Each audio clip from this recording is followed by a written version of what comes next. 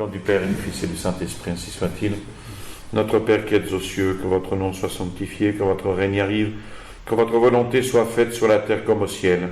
Donnez-nous aujourd'hui notre pain de chaque jour. Pardonnez-nous nos offenses, comme nous pardonnons à ceux qui nous ont offensés. Et ne nous laissez pas succomber à la tentation, mais délivrez-nous du mal, ainsi soit-il. Saint Pédis, au nom du Père et du Fils et du Saint-Esprit, ainsi soit-il. Nous terminons aujourd'hui la question de la controverse entre le cardinal Ferrari et Rome, le modernisme à Milan. Tout d'abord, un discours. Le cardinal Ferrari a fait un discours aux séminaristes du séminaire théologique de Milan, le 14 avril 1911, ce qui est un petit peu un comble. On va voir ce qu'il écrit, ce qu'il dit, en comparaison de ce qu'il avait écrit auparavant. Donc jusqu'à présent, sur la base des deux précédentes lettres, on pourrait dire que le cardinal Ferrari, compte tenu de la situation locale à Milan, ne réussissait pas, en ce qui concerne la presse catholique, à entrer dans le point de vue de Saint Pédis, mais rien de plus. Mais ce qu'avec la meilleure volonté, on ne réussit pas à comprendre, c'est comment, après la lettre du Saint-Père du 28 mars, que nous avions vu la dernière fois, le cardinal Ferrari ait pu tenir un discours aux séminaristes dans lequel, en parlant de la question brûlante de la presse catholique, non seulement défend avec acharnement le journal L'Unione, mais il dit de plus que c'était la volonté du pape, alors que c'était justement le contraire. Donc on reste perplexe. Est-ce qu'il y a mauvaise volonté de la part du cardinal Ferrari? On ne le pense même pas. Mais un fait demeure.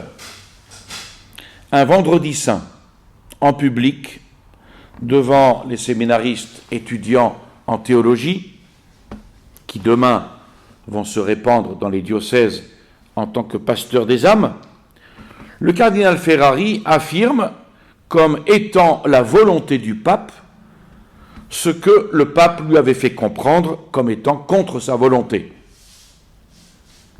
D'où la douleur très forte de Pédis et la peine ensuite du cardinal Ferrari. Alors ce discours, à l'insu du recteur et du cardinal Ferrari, fut lithographié par les séminaristes et, comme il s'ensuit dans des moments de tension, il se répandit dans le diocèse. Voilà donc le discours du cardinal Ferrari. Pour passer maintenant à la question du journal, il faut établir que la division au sein du clergé en matière de journaux est très pernicieuse. Lorsque je vins à Milan, je trouvais une scission dans le clergé milanais parce que certains soutenaient la Lega Lombarda, d'autres l'Osservatore Cattolico, tous deux étant des journaux catholiques, mais qui se combattaient ouvertement. Puis, Pédis arrive au pontificat et dans une audience particulière qu'il avait accordée le 3e soir après son élection au cardinal Ferrari, il lui dit « Éminence, par charité, faites à Milan l'union entre les deux journaux catholiques existants. Cela supprimera ainsi la division au sein du clergé, cause de tant de maux. » Le cardinal Ferrari dit qu'il s'est mis à l'œuvre pour obéir au pape. J'utilisais tous les moyens, mais malheureusement, mes travaux semblèrent infructueux, de sorte qu'après 3 ou 4 ans, il me parut impossible de faire fusionner les deux journaux. Par chance, en 1907, un accord fut trouvé et on décida de former un seul journal catholique que, en hommage à Pidis qui lui avait recommandé de faire l'union entre les deux journaux, je proposai de nommer l'Unionnais. 2 ou 3 ans passèrent et tout d'un coup s'éleva contre le journal une violente attaque qui en arriva au point de faire croire que soutenir l'Unionnais était un signe très suspect de modernisme. Le cardinal Ferrari alla à Rome, il eut de Pidis 2 audiences. Son désir était que le pape parlât le premier de l'affaire du journal. Et donc, dans la première audience, le cardinal Ferrari n'en parla pas. S'apercevant que Pidis n'en avait pas parlé le premier, lors de la seconde audience, le cardinal Ferrari lui dit « Saint-Père, je ne veux pas partir de Rome sans avoir de votre part une parole assurée sur la conduite que je dois tenir par rapport au journal catholique de Milan, l'Unionnais. Parlez donc librement, je suis prêt à faire tout ce que vous me demanderez. Si je dois désavouer le journal, je le désavouerai. Si je dois le négliger, je le négligerai. Si je dois le soutenir, je le soutiendrai. Parlez et donnez-moi une orientation sûre. » Le cardinal Ferrari dit que Pidis répondit par ces mots précis que je conserve écrits, dit-il. Ceux de l'Unionnais doivent être bien traités parce qu'ils ont fait du bien et peuvent encore en faire. Toutefois, il faut bien peser les mots, et ce que le cardinal Ferrari n'a pas pesé. Toutefois, vous devez corriger le journal des erreurs dans lesquelles il peut tomber. Il est donc nécessaire que le journal ne parle absolument pas d'un centre politique en Italie, qu'il efface de lui-même cette teinte de modernisme qui peut lui venir de certaines opinions émises lorsque Loisy et compagnie n'avaient pas encore été condamnés, et qu'il œuvre avec pondération lorsqu'il fait le compte-rendu des livres, parce que parfois certains ont été présentés qui n'étaient pas totalement sains, et qu'il laisse un peu plus de place aux informations religieuses. Vous voyez, de là à dire que le pape soutient, il y a quand même une nuance. Moi-même, poursuit le cardinal Ferrari, j'avais noté ses défauts et j'avais cherché, même par des menaces, à les faire supprimer, après que le pape me l'eût fait remarquer. Je fis part de cette audience du pontife au directeur de l'Unionnais, qui me promit de faire de son mieux pour obéir.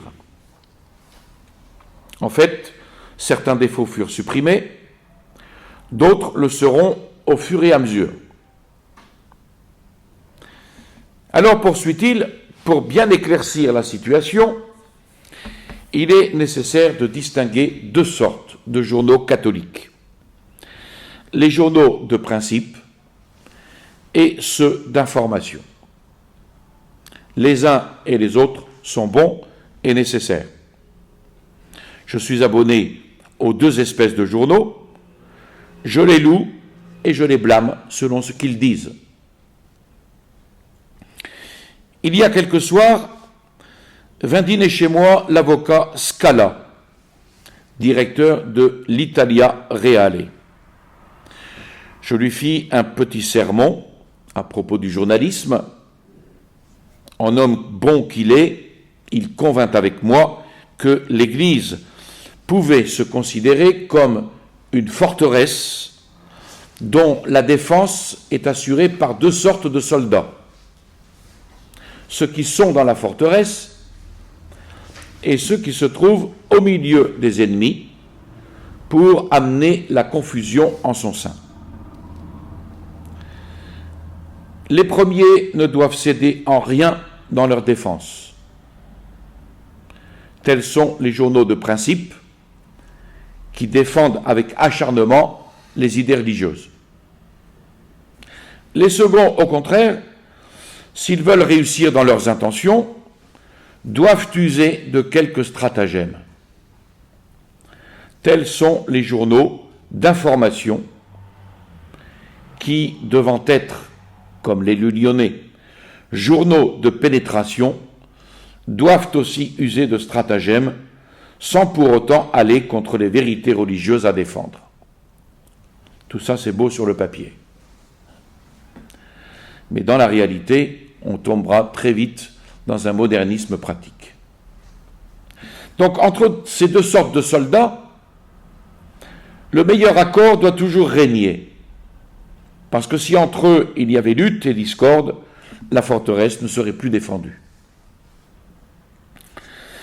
Les journaux de pénétration peuvent amener un grand bien dans les familles, comme l'a déjà fait l'Unionnais. C'est le cardinal Ferrari qui écrit toujours cela. Pour vous en persuader, sachez qu'une femme me racontait que son mari, fanatique anticlérical, depuis qu'il lit l'Unionnais, est devenu meilleur. Et elle espère pouvoir le persuader de faire ses Pâques.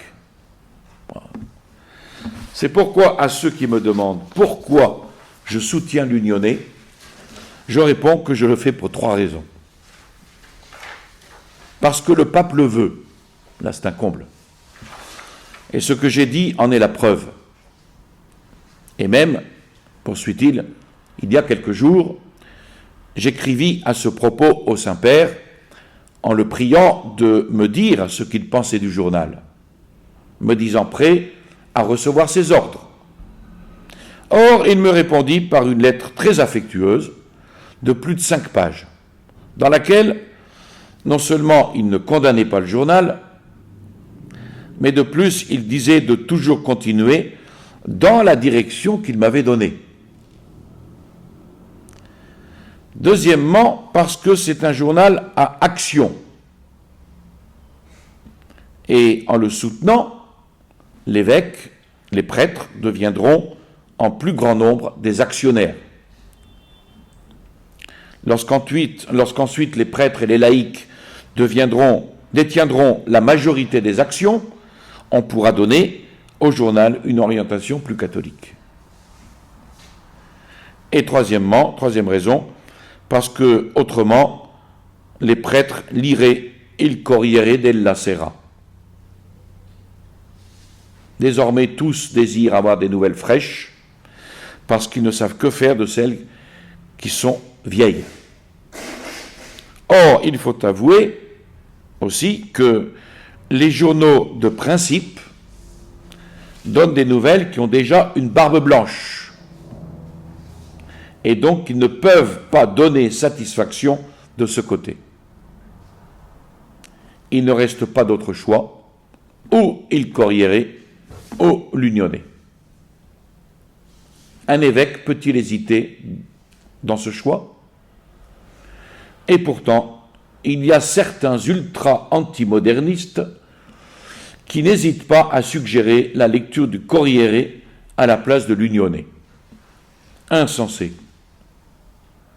On ne peut pas leur donner d'autre nom, parce que trop grand est le mal qui s'infiltre dans les cœurs à cause de l'esprit parfaitement voltairien de ce journal. Et il cite 2 exemples que je passe, qui n'ont pas d'importance, et il poursuit.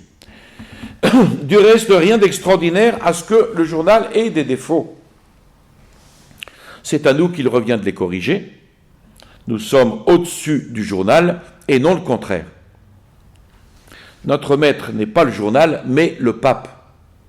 L'évêque en tant que maître vivant et saint Thomas et les scolastiques en tant que maître mort. Si donc le journal parle en suivant ce que nous avons appris, nous le louons, autrement nous le blâmons. Nous sommes les juges du journal, donc même dans la question du journalisme, soyez toujours avec votre évêque et vous serez avec le pape. des faits survenus, des accusations lancées contre nous par des personnes dont Dieu seul peut juger de la bonne foi, vous devez tirer un bien.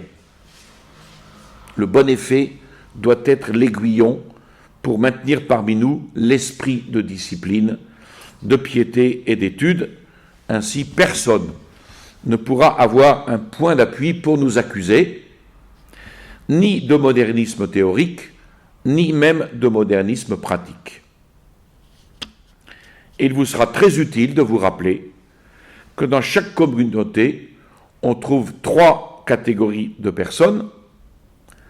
Celles qui, tout en étant bonnes, sont un peu larges d'esprit, celles qui sont rigides jusqu'à l'excès, et celles qui se tiennent dans le juste milieu. Les excès sont toujours à éviter et à reprocher. La vertu se tient au milieu. Ce qu'il oublie de dire, c'est que la vertu, elle se tient au milieu, mais au sommet. D'autant plus que ceux qui se posent en critique et voient le mal partout agissent moins que les autres. En fait, le pape continue à recommander de travailler, de faire de l'action catholique, de fonder des associations, des cercles, des sociétés catholiques, et ceux qui crient qu'ils sont toujours avec le pape se tournent les pouces et ne font rien, et l'ennemi pendant ce temps progresse. Or, s'ils veulent rester avec le pape en tout et toujours, pourquoi ne lui obéissent-ils pas quand il recommande de travailler pour le bien du peuple? Alors là, Saint Pie X va réagir. Il écrit une lettre au cardinal Delay, du 4 mai. Dans les premiers jours de mai, donc, Pie X eut en main ce fascicule du discours qui avait été lithographié par les séminaristes. Et lorsque Pie X vit que le cardinal Ferrari, en parlant en public aux séminaristes théologiens, avait exposé la question du journal L'Unionnais d'une manière tout à fait différente et opposée à celle qu'il avait indiquée dans sa lettre du 28 mars, en ajoutant de surcroît que c'était précisément la volonté du pape, le pape en éprouva une grande douleur. Il l'affirme, on va voir dans la lettre, avec toutes les peines éprouvées, une douleur supérieure à toutes les peines éprouvées pendant son pontificat. Et donc ce fut à ce moment-là qu'il écrivit au cardinal Delay cette lettre au ton solennel et triste, mais calme et serein, comme l'a toujours été Saint Pie X et comme on en trouve chez les saints en de semblables circonstances. Il ne s'agit pas ici de manquements privés, écrit Saint Pie X, mais d'offenses publiques et par suite de dommages pour l'Église. J'ai éprouvé pour cette raison, et j'éprouve un tel chagrin qui n'a pas de comparaison avec tous les autres, et ils sont pourtant nombreux que j'ai éprouvés durant mon pontificat. Aussi ai-je besoin de quelqu'un capable de contribuer avec moi à supprimer ce très grave scandale. Donc il s'adresse au cardinal Delay pour cet effet. Dans un tel but, le pape donc expédie au cardinal Delay la minute de la lettre qu'il a écrite le 28 mars au cardinal Ferrari à la suite des plaintes qu'il lui avait faites à cause des publications de Laris Cosa.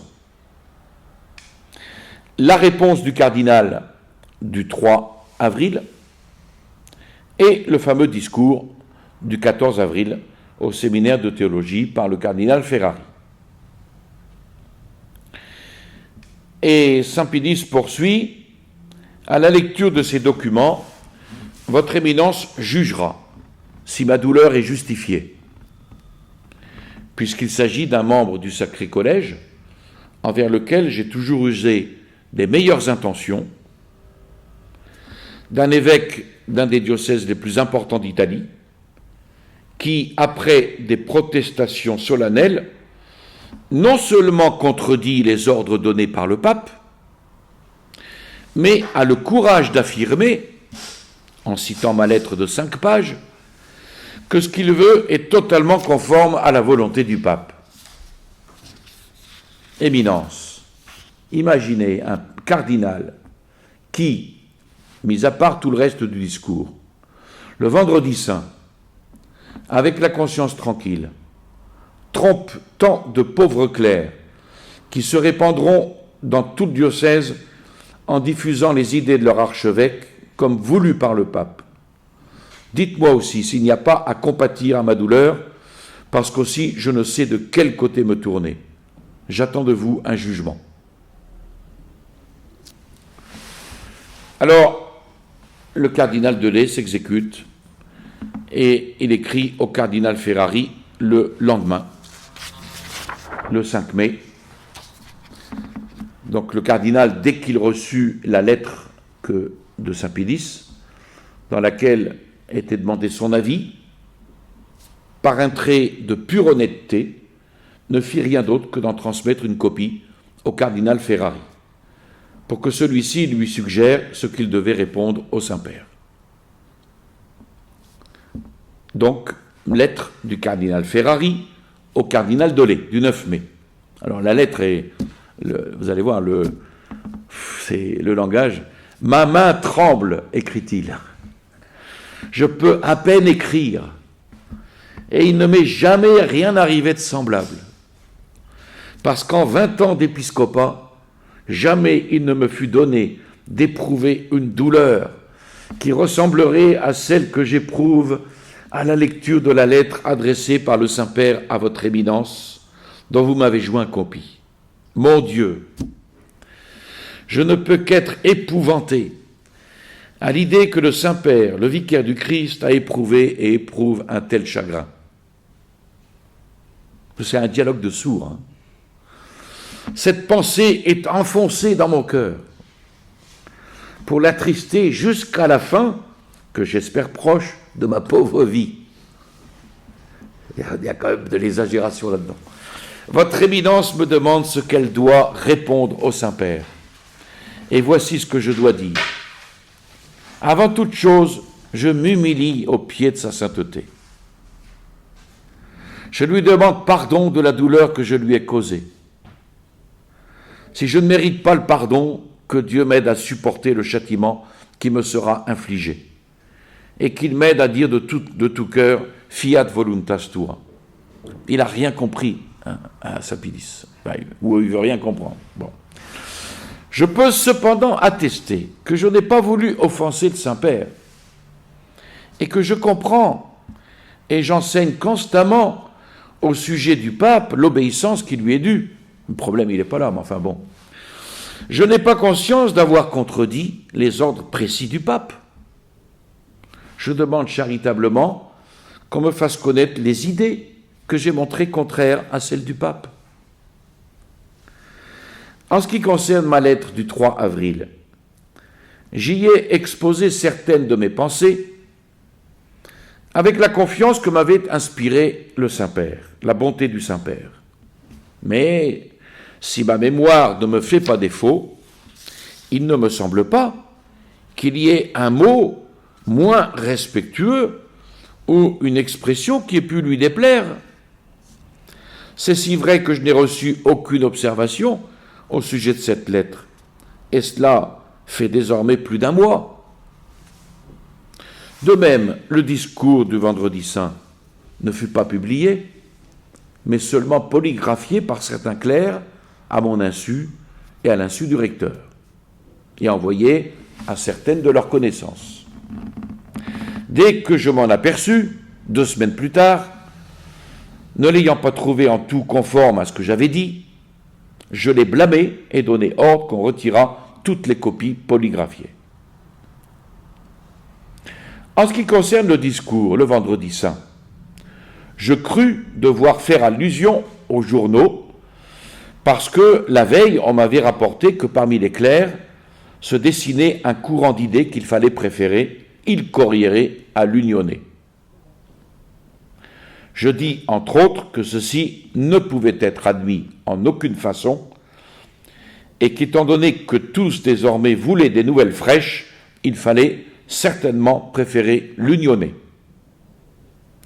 Je répétais ce que j'avais entendu dire au Saint-Père, je parlais des défauts de l'unionnais blâmés par le Saint-Père, je l'ai mis en garde contre eux, je souhaitais que nous puissions avoir nous aussi un journal purement et plus ouvertement catholique, et que l'unionnais continua ainsi à travailler pour son amélioration.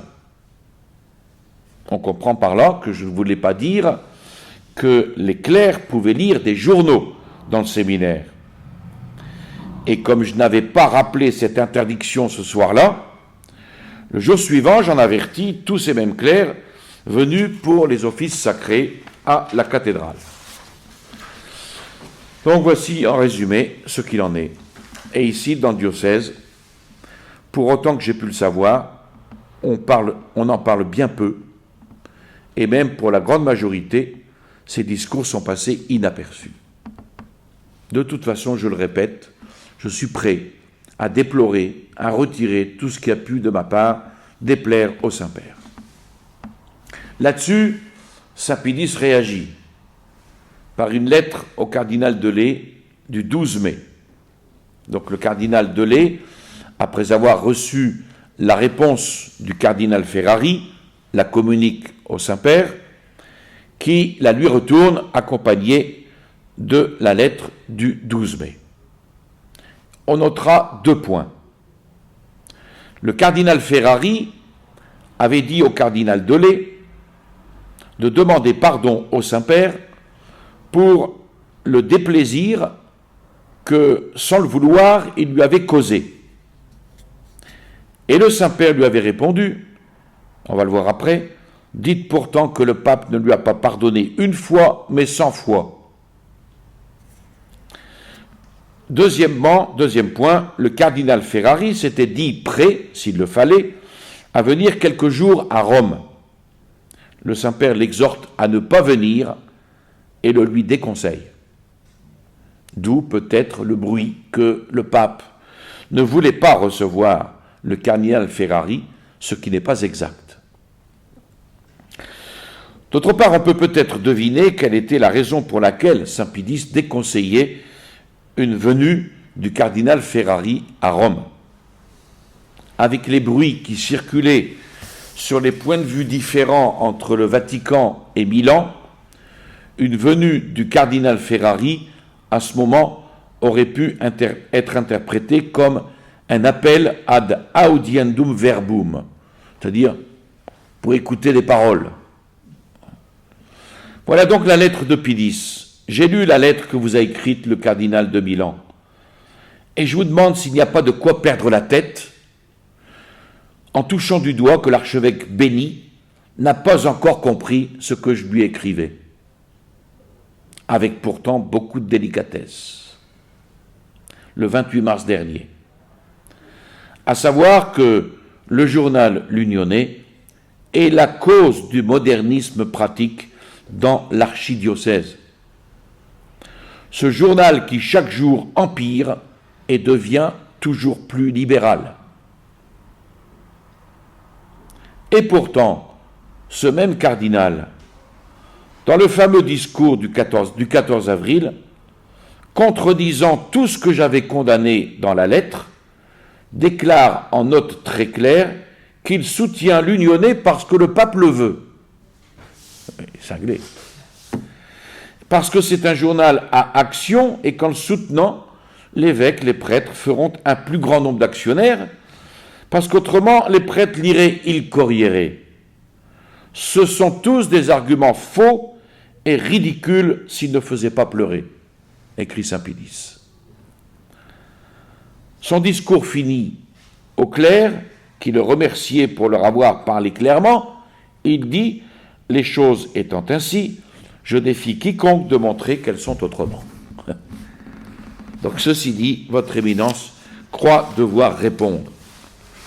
Qu'elle dise que le pape lui a pardonné non pas une fois, mais 100 fois. cependant il ne peut pas être tranquille ni indifférent devant le mal qui s'est fait, et surtout devant ce discours adressé aux clercs, discours désormais répandu dans tout le diocèse, dans lequel règne la confusion des idées, parce qu'on ne sait pas s'il faut suivre le pape ou l'archevêque, et c'est ainsi que chez la majorité des bons prêtres, ce discours a produit un très grave scandale. Que le cardinal Ferrari ne dise pas non plus que son discours a été mal interprété, car Monseigneur Maury et Monseigneur le recteur, en accueillant les jeunes pour les vœux de Pâques, ont confirmé les idées de l'archevêque, que l'unionné fait beaucoup de bien et qu'il faut le diffuser même au prix de sacrifices. Vous pouvez dire au cardinal que je crois très opportun et nécessaire qu'il manifeste de la manière qu'il croira la plus opportune aux clercs et au clergé du diocèse quelles sont les intentions que je lui ai déjà notifiées dans ma lettre du 28 mars. Et enfin, une lettre du cardinal Ferrari du 13 mai, lettre qui met fin à cet incident. Le cardinal dit qu'il a remis la lettre du cardinal Ferrari du 9 mai entre les mains du Saint-Père, qui lui a répondu et dont il lui fait parvenir une copie et qui ne peut mieux faire connaître la pensée du pape, lui assure-t-il. Voilà, donc après l'incident d'avril-mai 1911, malgré cet incident, on pourrait dire, les rapports entre Pie X et le cardinal Ferrari continuèrent à être toujours, comme ils l'avaient été par le passé, pleins d'estime et de bonté. Vous voyez, Saint Pie X est ferme, mais il garde cette estime et cette bonté. On peut seulement remarquer que le cardinal Ferrari eut parfois, même par la suite, des appréhensions sur lesquelles Pie X le rassurait. Et c'est ainsi que dans une lettre du 30 septembre 1912, donc plus d'un an après, le pape écrit au cardinal Ferrari « Par charité, n'écoutez pas les paroles de ceux qui vous donnent, comme étant dit par le pape, ce qui est dans leur désir et leur imagination. » Alors, la prochaine fois, nous verrons la question du Sodalitium Pianum de Monseigneur Umberto Benini, et donc toutes les accusations contre Saint Pie X dans son procès de canonisation à propos de ce Sodalitium Pianum. Je vous salue Marie, pleine de grâce, le Seigneur est avec vous. Vous êtes bénie entre toutes les femmes, et Jésus, le fruit de vos entrailles, est béni. Sainte Marie, Mère de Dieu, priez pour nous pauvres pécheurs, maintenant et à l'heure de notre mort, ainsi soit-il. Au nom du Père et du Fils et du Saint-Esprit, ainsi soit-il.